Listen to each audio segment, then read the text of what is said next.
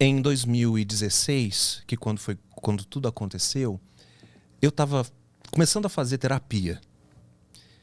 Porque eu estava me vendo rodar o mundo e não vivendo nada. O meu assistente, ele que me dizia aonde eu ia, o que eu ia comer, ele que separava a minha roupa. Às vezes eu chegava num lugar, as pessoas falam, poxa, eu te vi naquela cidade, ou eu te vi naquele país. E eu não lembrava mais. De tanto que estava agitado. Eu falei, não. Você estava sendo só jogado para o lado e para o outro, sem consciência do que estava acontecendo. E eu falei, não quero isso. Então, eu estava engordando, inchando. Eu falei, não, olha só, esse ano eu vou dedicar um pouco mais para mim. Então, contratei um personal, comecei a malhar, procurei uns médicos, fazer uma ortomolecular e não sei o que. E virei para ela e falei, olha, eu vou investir em alguns projetos meus. Começou a mudar ali. Porque até então eu tinha investido em todos os projetos dela. Eu falei, não, vou lançar outros livros, vou lançar outras coisas e tal. E ali começou a mudar alguma coisa. Isso é uma leitura que eu faço hoje, que eu demorei para fazer. 18 dias antes de tudo acontecer, que a gente, enfim, vai chegar lá, ela me propôs mudar o regime de bens do casamento. Porque minha família tem muito caso de câncer. E aí ela falava, se você tiver um câncer, e se você morrer em uma das viagens, a sua família que nunca está aqui vai ficar com metade e a gente vai ficar desamparado. Então vamos mudar o regime para separação total de bens. Coloca tudo no meu nome, porque eu e a criança a gente fica protegido e você vai estar sempre com a gente. E aí eu falei, não vou mudar regime de bens. Eu faço um testamento. Isso foi 18 dias. Aí eu estava com uma agenda ainda muito cheia. Fiz interior de São Paulo no final de semana seguinte. Depois São Paulo, dia 11, eu estava em Sorocaba, dia 11 de junho de 2016. Dia 10 eu estava em Sorocaba, dia 11 eu estava em Campinas. Viajei a noite inteira, porque não tinha voo, para chegar de manhã cedo, dia 12 de junho, que era dia dos namorados, e era aniversário dela. E era um domingo. Eu tinha que estar na igreja, apresentando crianças, fazendo a ceia, tudo mais. E tem isso, está tudo gravado lá, sorrindo, brincando, batendo palma, comemorando o aniversário dela.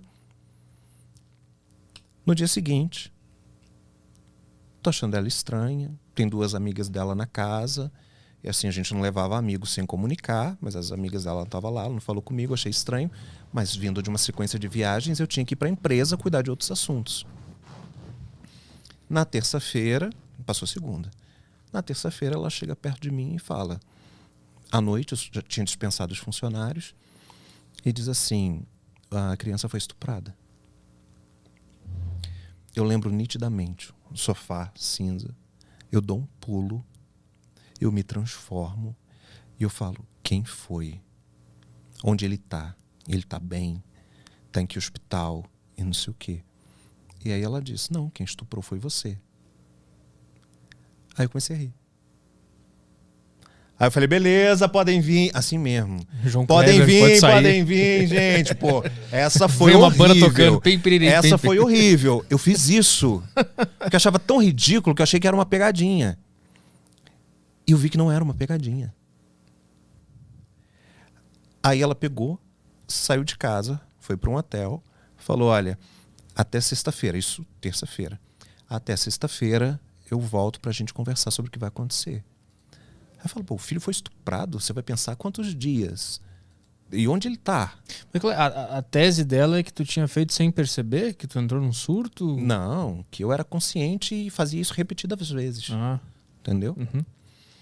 E aí eu subi para o lugar onde ficavam os quartos, né, o andar das suítes, e tentei ligar para as pessoas que aconselhavam ela, moravam em Dallas, né, moram em Dallas, no Texas, e falei, olha só, tá acontecendo alguma coisa muito absurda.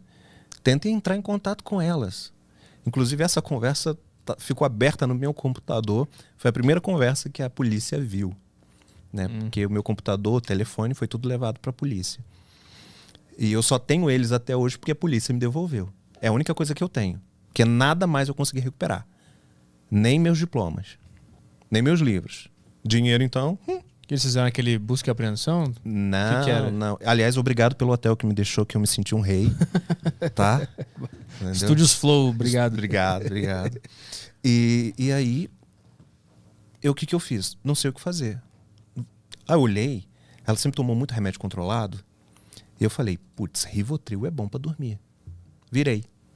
Que ela saiu de casa e tu ficou sozinho. Aí eu fiquei sozinho, não tinha empregado, não tinha nada. Aí deixei 2 bilhetes. Se você perguntar pro meu namorado hoje, você vai ver que eu ainda deixo bilhete espalhado pela casa. É meu isso. Aí deixei 2 bilhetes. Um pros funcionários e um pra ela. O pra ela eu dizia, foi o único que foi postado. Olha, eu jamais faria isso, eu amo vocês, eu não sei o que e tudo mais. Pros funcionários eu deixei um bilhete assim, tomei remédio pra dormir, não me acordem, tá tudo bem. Só que quando os funcionários chegam, eu não sabia que já era um esquema que já estava planejado há 4 meses. Eles eram amigos de infância dela, de mais de 20 anos. O meu motorista, a governanta da casa. Eles se conheciam há 20 anos. O que ele faz? Ele chama o SAMU. E aí eu ainda tomei o grog por causa do remédio, me levam para um hospital público. E lá ele pega o meu celular e toda hora ele fica desbloqueando o meu celular com o meu dedo. Né? Não existia Face ainda. Né? E aí eu lembro que ele falava algumas coisas para eu gravar algumas coisas, mas eu estava com uma voz grog. Depois eu vi que ele pedia para eu gravar dizendo que eu estou tentando me matar. E aí o que ele fez? Ele pegou essa frase e mandou para ele. Só que por medida de segurança, nenhuma pessoa na minha agenda tem sobrenome e nem grau de parentesco. Então é Petri, é Caio, a minha mãe é Nerli, entendeu? E ele pegou e mandou para Márcio. Só que não foi para ele. Entendi. Foi para o meu médico. Entendeu? E aí, enquanto isso, eu estava no hospital. Recebi alta do hospital, laudo do hospital, totalmente consciente, pode ir para casa. Sem nenhum problema. Ele tomou apenas para dormir. Gasglow, acho que 12, estava lá. Aí eu falei, beleza, chama um táxi. Não tinha Uber, né? Tu tomou muito remédio só pra eu entender Tomei uma dose forte. O quão grog tu tava, né? Não, eu acordei, eu lembro de acordando, entrando na ambulância e tal. Mas os funcionários relatavam que eu tava roncando muito alto e tava muito letárgico. Então, tu tomou Tu tava tão desesperado com o que tava acontecendo que tu tomou pra apagar mesmo? Entendi. Eu falei, putz, só vou ver ela sexta. Ninguém me responde agora, meia-noite.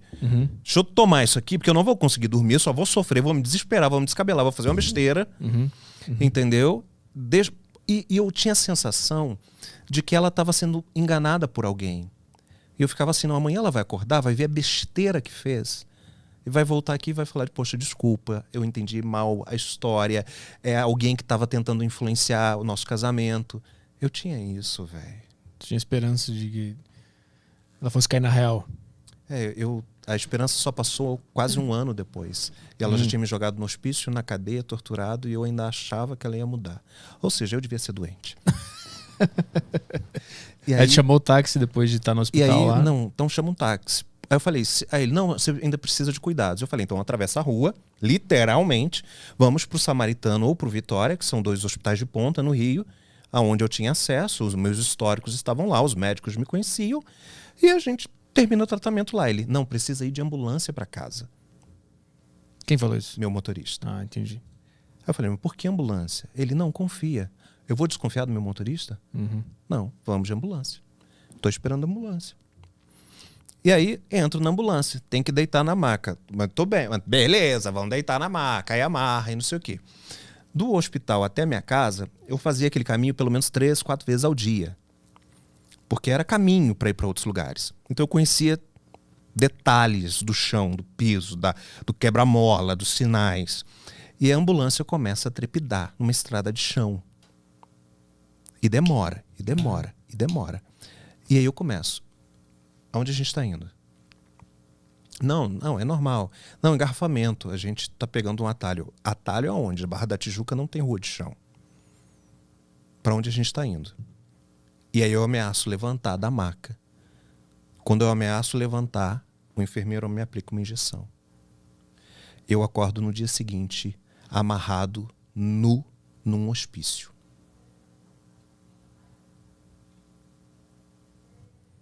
Pausa dramática.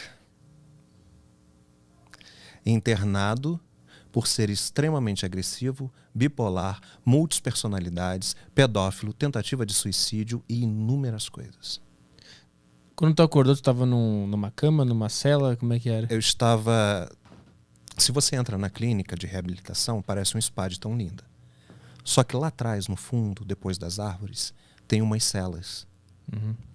Eu estava amarrado numa maca metálica, tipo essas de hospital, só que bem de filme de terror antigo, que faz... Uhum. Eu estava pelado.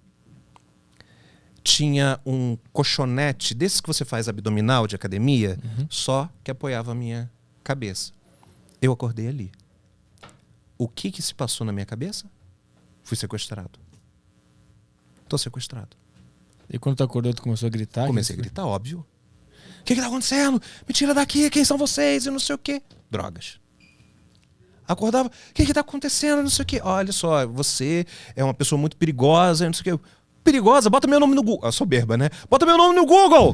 Todo mundo sabe quem eu sou! Vê meu vídeo do casamento. Porra! Pô, tem um monte de livro lançado. Então tá, liga pro meu assessor, liga pra minha mãe, liga pra minha esposa. Uhum. Não. Aí dava uma injeção sempre que tu ficava mais... agressivo. Uhum. E aí... Mas deixa eu te perguntar, essa foi sorte do plano tu ter tomado os remédios? Foi uma coincidência pra eles? Então, na realidade, tudo estava programado para eu ser internado já no dia seguinte. O fato de eu ter tomado o remédio ao invés de ter sido dopado previamente foi uma casualidade. Entendi. Até porque eu já tinha sofrido uma tentativa de envenenamento antes. Eu descobri, mas jamais desconfiei. Eu achei que era de um funcionário e mandei embora, né? Eu tava comendo, tava comida preparada só para mim, porque não tinha mais ninguém em casa. Eu comecei a comer, minha gengiva começou a sangrar. E aí eu liguei pra minha mãe, minha gengiva tá sangrando, eu tô comendo, ela larga a comida e vai pro hospital. E aí tinha pó de vidro. Caralho. Né? E aí, mas... Isso foi quanto tempo antes desse fato que a gente meses. tá falando? Entendi. Meses. Uhum. E aí eu falei, o que foi? Quem que fez? A cozinheira. Uhum. Mandei embora. Tadinha. Mas a gente fez as pazes. E ela me ama até hoje. Beijo, Rosângela. Não vai ver, porque ela tá de uma senhorinha. Mas beijo assim mesmo. O beijo é cósmico. Exatamente. O beijo vai pela física quântica. Mas aí, acordou lá, acordei lá. Ficava agressivo, eles davam injeção e tal. E a aí partir eu comecei daí... a sofrer gaslighting. Eles pegavam, tinham outros internos ali, completamente ensandecidos. Então eram pessoas que gritavam 24 horas, que tinham incontinência urinária, que defecavam, espalhavam na parede, que tacavam as coisas, pessoas com abstinência de crack, sabe? Era um lugar muito louco, pequenininho. Era eu e acho que mais 4 ou mais 5. E aí eles ligavam uma televisãozinha de tubo que ficava chiando no máximo. Eu começo a tremer. E para começar os processos de tortura e gaslighting. O que é isso? Gaslight é uma reprogramação inventada na Segunda Guerra pelos nazistas para fazer uma lavagem cerebral, para você acreditar que você é outra pessoa.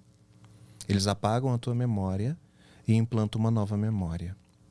E para fazer isso é na base da tortura? E de drogas fortes. É tortura física ou só psicológica? Mental. De barulho? Então assim, você tá pelado, você tá com frio, drogas pesadas e uma pessoa do seu lado 24 horas, você acordado ou dormindo, dizendo, com o barulho da TV ligado, altíssimo, você não é Felipe, nós te achamos na rua, você é um morador de rua, a gente te trouxe para cá para salvar você, porque você é um perigo a você mesmo e tudo mais.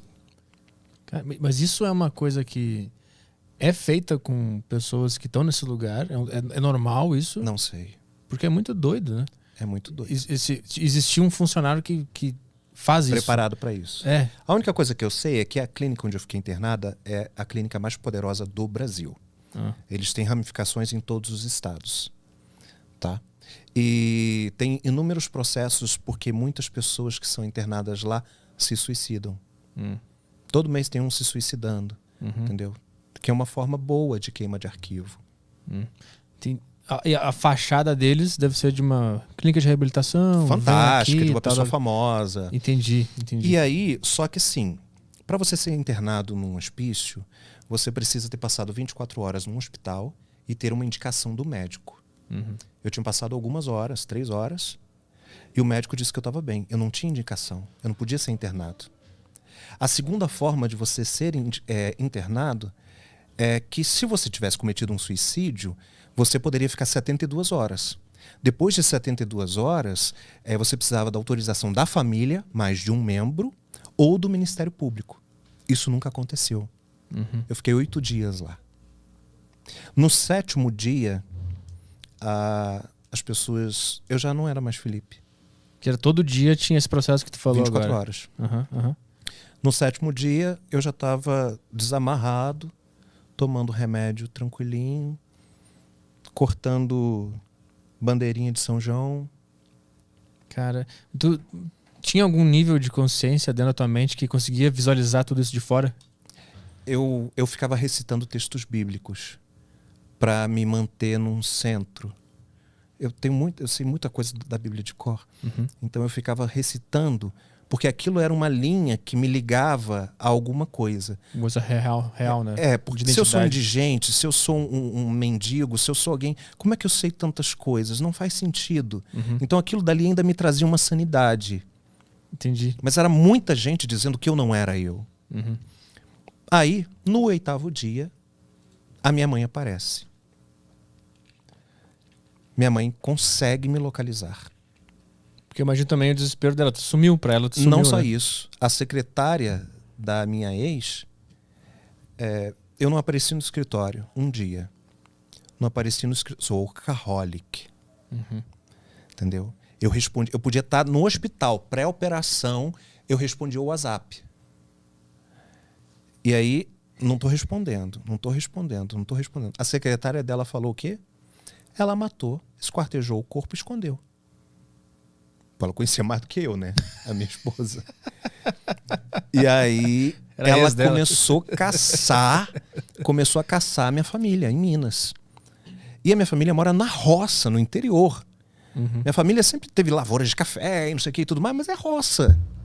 Entendeu? E aí conseguiu localizar.